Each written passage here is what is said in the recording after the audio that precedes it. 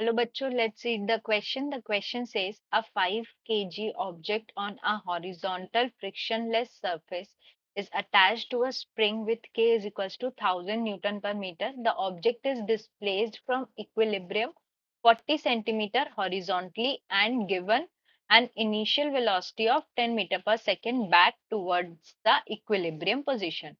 What are part A motion's frequency, part B initial potential energy of the block spring system, part C initial kinetic energy and part D motion's amplitude. तो इस question में हमें ये बोला गया है कि हमारे पास एक ऑब्जेक्ट है 5 केजी का जो कि एक हॉरिजॉन्टल फ्रिक्शनलेस सरफेस पर अटैच्ड है टू द स्प्रिंग। ये हमारा ऑब्जेक्ट ऐसे स्प्रिंग से कनेक्टेड है।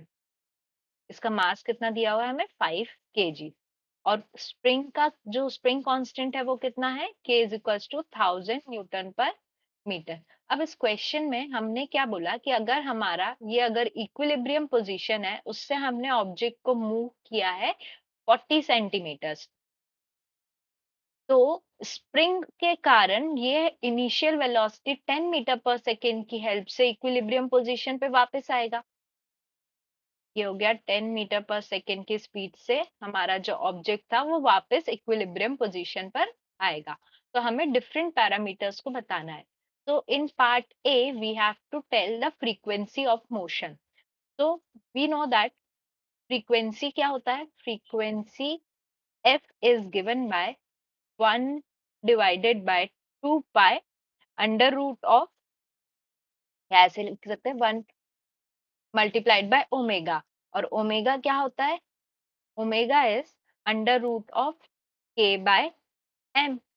तो यहाँ से हमको फ्रीक्वेंसी मिल जाएगी। तो if we put the values we get frequency is 1/2 pi under root k की वैल्यू कितनी है, k is 1000 newton per metre और हमारा डिस्प्लेस मास कितना है, मास इज 5 kgs, हो जाएगा न्यूटन पर मीटर। इसको अगर हम सॉल्व करेंगे तो हमारा आंसर आएगा 2.25 हर्ट्ज। ये हो गई हमारी frequency of motion. Part B में क्या बोला गया है, in part B we have to calculate initial potential energy of block. तो potential energy, potential energy u not is equals to 1/2 k x not square. और x क्या होता है, x इज हमारा डिस्प्लेसमेंट और क्वेश्चन में डिस्प्लेसमेंट कितना दिया है 40 सेंटीमीटर। तो उसको अगर हम मीटर में कन्वर्ट करें तो this is equal to 40 centimetre equals to 0.4 metre. अब इसको हम u की इसमें पुट करेंगे तो u not is equals to 1/2 multiplied by 1000, k की वैल्यू 1000 है, मल्टीप्लाइड बाय 0.4 स्क्वायर। तो इसकी वैल्यू आ रही है 80 जूल्स। अब हमें पार्ट सी में क्या बोला गया है, द इनिशियल काइनेटिक एनर्जी। तो initial kinetic energy is given bye 1/2 mv not square. और v नॉट क्या हो गया हमारा इनिशियल वेलोसिटी और ये क्वेश्चन में गिवन है कितना 10 मीटर पर सेकेंड।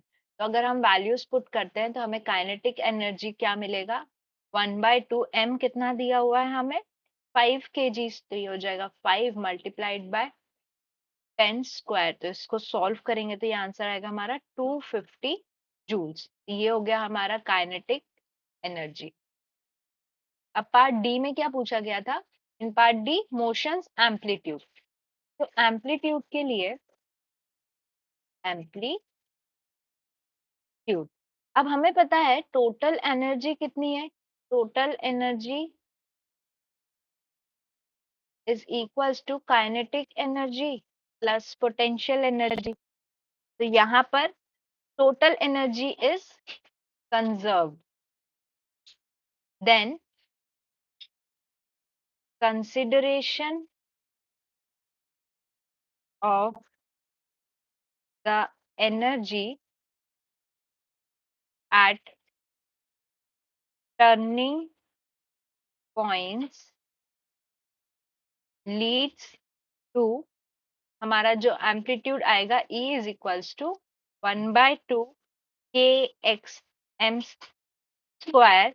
यहाँ से हम क्या निकालेंगे x, तो ये हो जाएगा हमारा x of m is equals to under root of 2e divided by k।